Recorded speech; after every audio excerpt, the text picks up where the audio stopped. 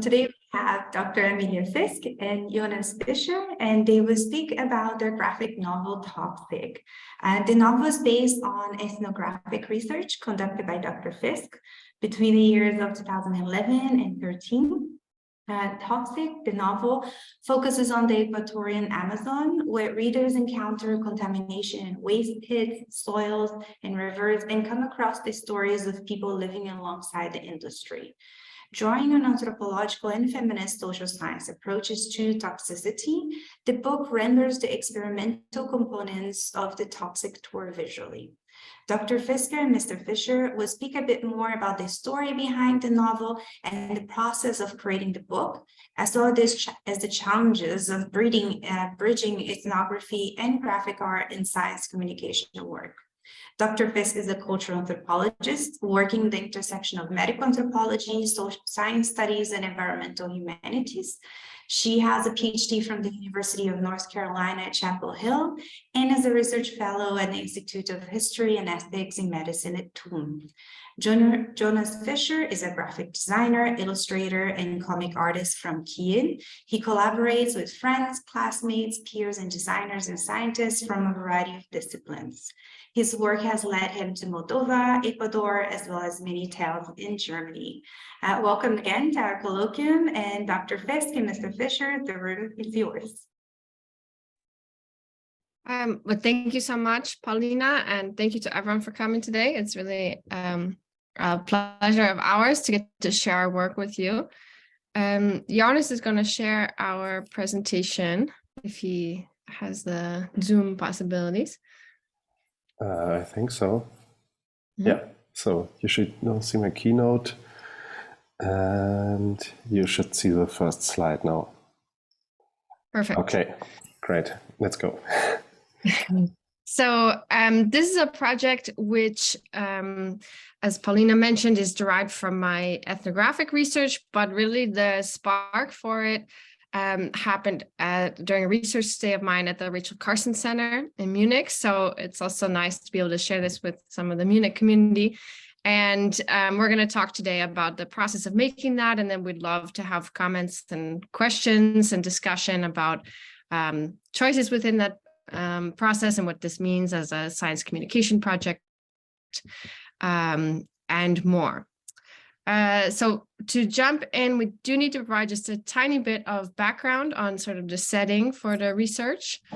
This is based in Ecuador, where there's been oil operations for about the past half century. This was a joint operation that began in the 60s between Ecuador and the Texaco company, which is now Chevron.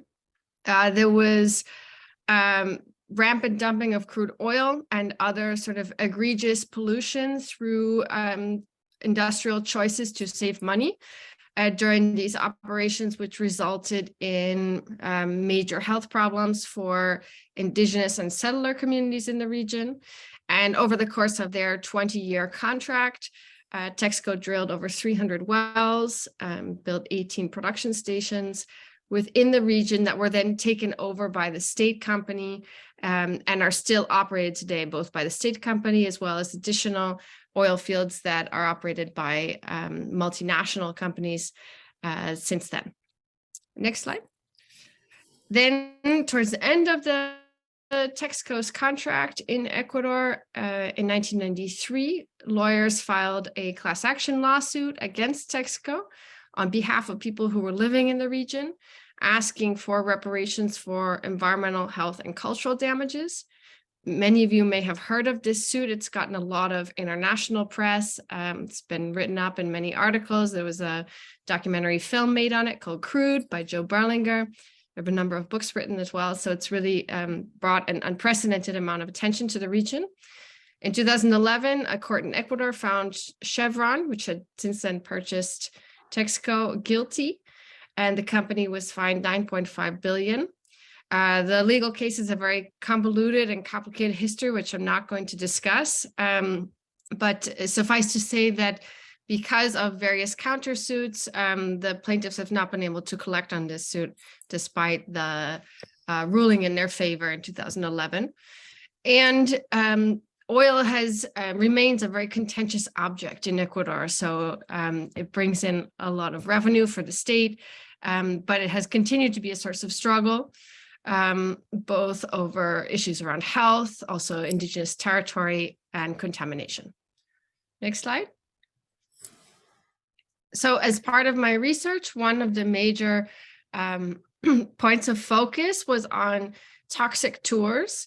So in the Ecuadorian Amazon, activist groups that have largely been associated with the plaintiffs have been running toxic tours where they would bring interested groups. Some of these would be Ecuadorians, people from the region. Many of them were also with people who were there visiting, lawyers, scientists, journalists, and they bring them around to sites so that people could experience for themselves the legacies of oil production in the region.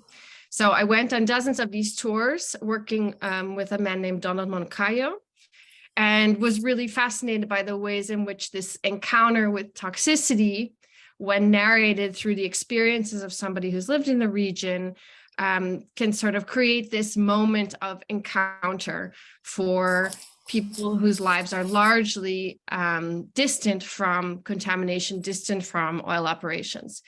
So the idea of the book comes from these tours. The idea is to invite the readers on a toxic tour, where we take them around to sites over the course of a day, just the way Donald would. And Donald is a feature character who Jonas is going to talk more about the characters. So we use a lot of his words that I have recorded from my research to create parts of the script of the text. Next slide.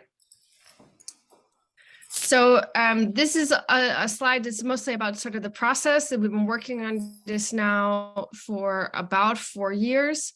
We'd be happy to talk more about this. But we started out small. We started out with a graphic article that you can see on the right-hand side. It was published in the NIB. Since then, we also took a trip to Ecuador with funding from the Wennergren Foundation, so that Jonas could go on a toxic tour and meet Donald and meet people living in the region, and we could share the project and some images from that we had been working on as part of the graphic article.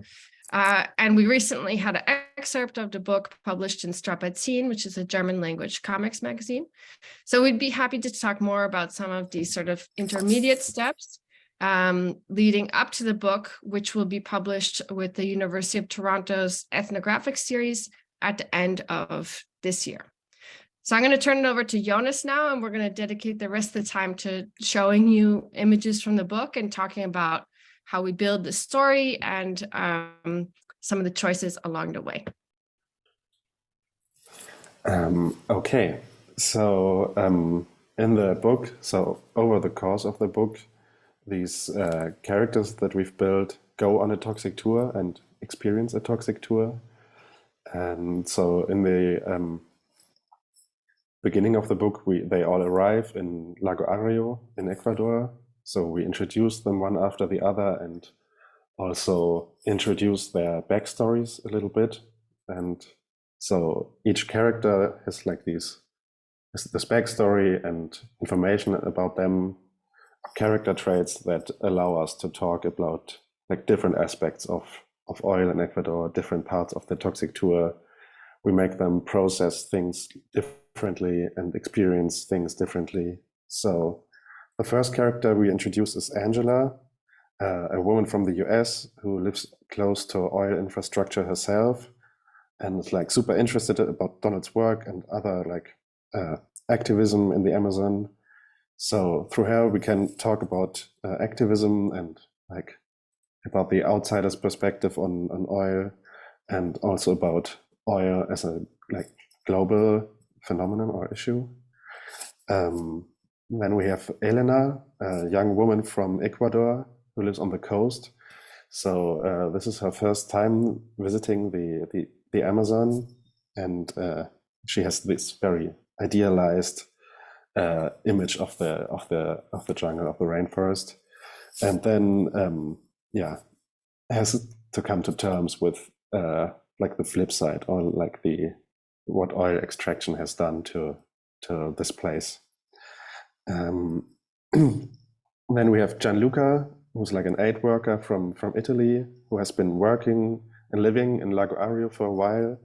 So through his work, he knows like the place, he knows the people, the communities, he knows like the challenges they face in everyday life. But he doesn't know too much about oil, so he decides to go on a toxic tour to learn more.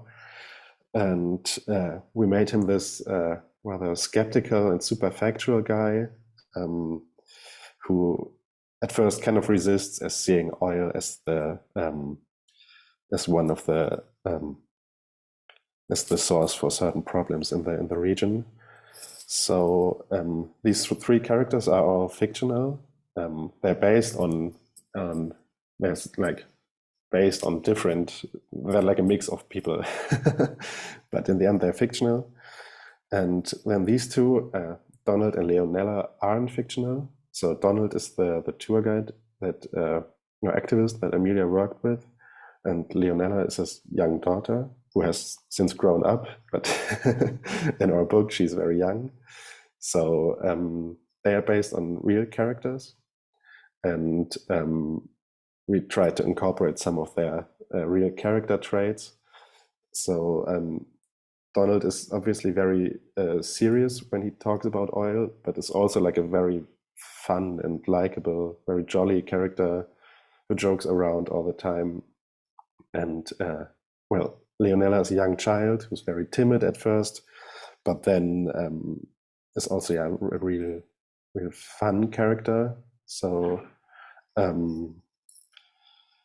yeah, they both bring a bit of an element of humor to the story. And yeah, so one more thing about the characters, or especially about the tour participants. They all experience like the things that I experienced when we went to Ecuador and I had the chance to go on a toxic tour. So I can talk a bit from their perspective, like from the outsider's perspective. So yeah, now Amelia will talk about like the stage, the course of the tour. Yeah, so the book follows the course of a toxic tour as though the reader were on it. And we visit sites. These are all based on sites that I visited with Donald on tours. So one site that he always takes readers to, or visitors to, is the Aguarico 4 well. This is about a half an hour outside of Lago Agrio, where the center of oil extraction began. So you see the sort of the approach here in his truck onto the well platform. And then he takes participants off to the side, sort of a very short little walk through the forest to see an active waste pit. So this is an open waste pit. You can imagine like a swimming pool dug out of the ground without any liner, that's been filled with crude oil and waste. He tells stories, next slide, about this, showing them here. You can see the waste pit across the spread, across both pages. He tells them stories about the lives that were lost here, of animals, people who had horses fall in. And he narrates along the way the story of the relationship between the state company, Texaco, and the sort of the histories of how oil extraction began, and the legacies left behind. Next slide. So here he's taking them through the brush around the side of the waste pit. And one of the things that Donald shows people are sort of points of contention that came up in the lawsuit. One of those was the use of the gooseneck pipe, which is the copper colored pipe that you can see on the right-hand side. This was sort of a S-shaped pipe, and it was put in waste pits under Texaco operations in order to allow excess rainwater to drain so that the pits themselves would not overflow. So this was, in fact, by design, but they've been left there for since they were put in, and they in effect allow contamination to drain directly out of the pit down the hillside on the other side and into the streams and riverways of the area. So here you can see the participants getting up close to encounter this pit and see for themselves what comes out the other end. We also use moments of humor, which is one of Donald's sort of wonderful traits. Here we have he invites participants to step out onto the surface of the waste pit so they can sort of probe for themselves with a long stick just how deep it is. Most of them are about 3 meters deep. So here we have Elena, who offered to go out and check for herself, and she slips in the pit, which is a story that Donald would tell about times that he's fallen in pits or other people. So we try and incorporate moments of humor and also kind of this growing relationship between the participants on the tour as they have this shared experience. Next slide.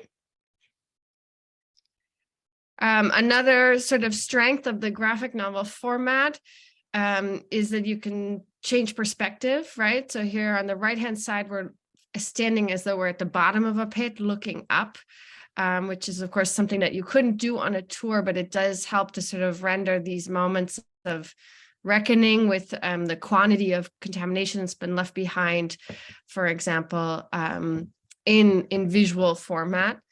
And we also see how some of the other tools that Donald uses, such as taking an old plastic water bottle and filling it with water and then dissolving some mud in it, which allows the oil to float to the surface so that participants can smell that or touch it or see for themselves what's in the soils that they are walking on in the area directly around the wells. Next slide. Here you see a gas flare. Most toxic tours, he also takes people to visit gas flares where there's this sort of suffocating smell and intense heat of these flares that burn 24 hours a day. Next slide. And another technique that we play with here is the use of gloves. So Donald often invites participants to put on gloves and sort of skim the surface of the water such that the oil collects on the glove and they can have an encounter with that themselves. It's something that he often does as well, offering participants to smell or to get up close and look at the glove. Next slide. And through that, we have these we're able to show these moments that participants have as they're sort of inspecting contamination for themselves. We also have sort of a visual play here on the composition of crude oil and the many crustaceans and other sort of plant matter lives that were trapped between rock over millions of years to create this oil. So sort of a little riff on different kinds of timescales that are encapsulated in the moment of extraction. Next slide.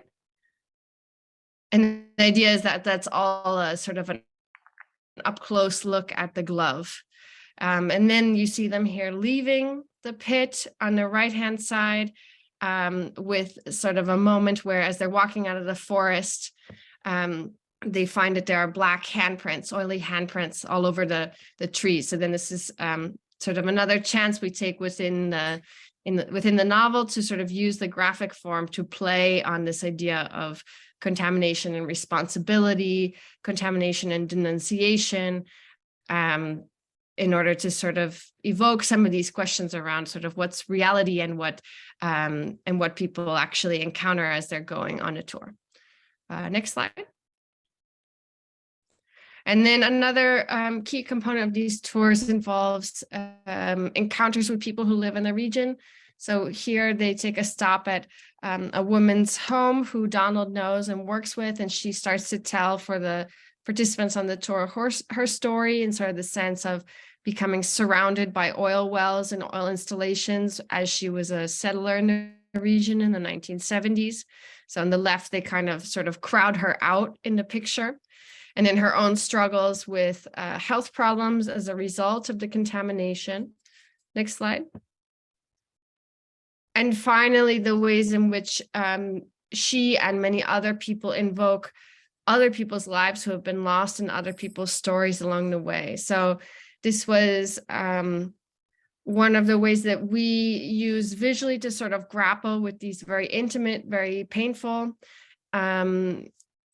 sort of personal histories of contamination, to sort of invoke the many lives of people who have been lost, but to try and do so in a way that doesn't fetishize or in a way that is both true to the story that she recounts, but tries to do so in a way that does that with respect for the stories enclosed in the tale. Next slide. Oh, yeah. And then this might be Jonas's turn now, I think, the end of the tour. Yes, it is. So in the last chapter, the group returns to the city, to Lago Ario, all like pondering and processing what they've seen, what they've experienced, which also gives readers a bit of time to lean back and process and take a bit of a break, which is something we've learned through like our test readers who said that they need a bit of more of these moments to take a breath and think about what they've just read or what they've just experienced. So it's getting dark. They're going back to the city, and they then go to this restaurant, eat, and slowly come back to life and start talking about the day.